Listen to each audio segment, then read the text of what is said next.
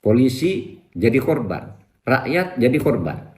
Oleh sebab itu, saudara, atas permintaan beberapa media, saya ingin menyampaikan satu jawaban untuk semua. Pertama, memang situasi sekarang ini mencekam, ya, karena peristiwa demo di DPR yang menimbulkan banyak korban dan kerusuhan yang meluas di seluruh tanah air, sehingga harus segera diselesaikan oleh pihak yang berwenang dan berwajib. Kita tentu mendukung demo dan protes-protes itu 100% mendukung. Jika ada ketidakpuasan atau anggapan kesalahan dari para pengelola pemerintahan dan lembaga-lembaga politik, kita setuju, perkeras saja protes. Kita mengerti itu. Tetapi yang terjadi sekarang mungkin sudah terlalu jauh. Satu, sudah menewaskan saudara Afan yang di DPR itu. Jangan lupa, di Makassar juga diberitakan hari ini 3 orang tewas ketika gedung DPRD itu diserbu oleh massa dan dibakar. Nah, di Bandung polisi itu dikejar-kejar habis oleh massa, sampai lari berhamburan, ditangkap, ditendang gitu. Itu sudah tidak sehat. Tetapi juga di gerbang Pemuda Sentral di Jakarta ada video beredar, sekelompok brimob menangkap seseorang yang sedang demo, lalu dibawa ke flyover, dia sendirian dikeroyok, ditendang dan dipukul rame-rame. Banyak juga polisi yang berbaring di rumah sakit dalam keadaan luka parah. Bahkan ada polisi yang diculik dari Brimob Metro yang wajahnya luka luar biasa, bahkan badannya juga dipaku.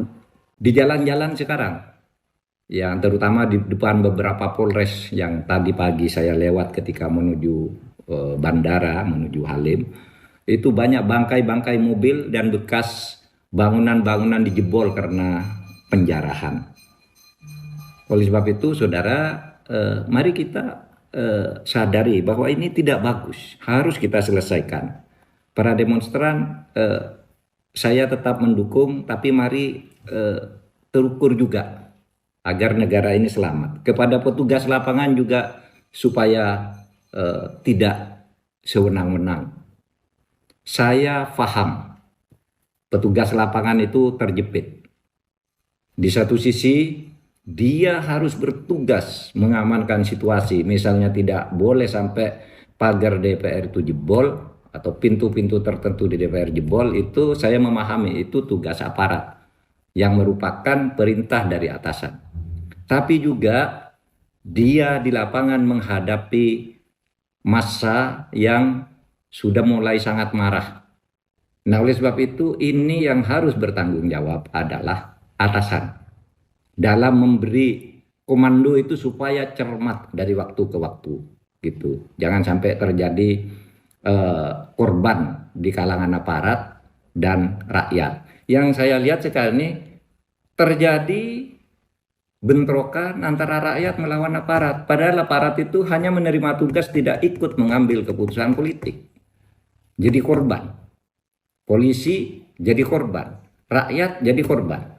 Oleh sebab itu ini harus diselesaikan. Masalah utamanya apa? Ya. Masalah utama yang kita lihat itu adalah akumulasi kekecewaan memang. Ya, apa akumulasi kekecewaan itu? Kebijakan-kebijakan pemerintah yang banyak sekali menimbulkan protes di berbagai bidang. Ya, dan hampir setiap saat protes-protes itu muncul, tetapi penyelesaiannya tidak jelas. Hanya seperti ngasih permen lalu timbul lagi kebijakan-kebijakan yang menjadi persoalan baru bagi masyarakat. Kemudian banyak politisi yang arogan, tidak punya empati terhadap kehidupan masyarakat, sehingga menimbulkan reaksi yang kemudian memanas. Lalu saya melihat juga tak menentunya proses penegakan hukum. Ada yang jalan, ada yang tidak, ada yang hanya masalah sepele aja tidak bisa diselesaikan, ada yang besar diumumkan tetapi kemudian tindak lanjutnya tidak jelas. Ada pejabat-pejabat yang oleh masyarakat diyakini atau punya indikasi dia punya catatan korupsi tapi berkeliaran terus memerintah dan membuat kebijakan dan sebagainya. Nah, ini supaya diselesaikan agar tidak semakin rumit. Negara ini adalah milik kita bersama. Wahai seluruh rakyat, aparat itu bukan musuh Anda. Wahai aparat, rakyat itu bukan musuh Anda. Anda harus menanggung akibat karena kebijakan-kebijakan dan para pejabat dan pemimpin yang korup sebenarnya. Dan penyelesaiannya harus di sini. Terima kasih.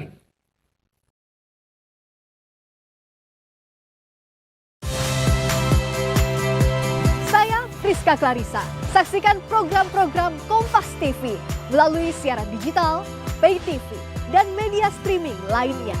Kompas TV, independen, terpercaya.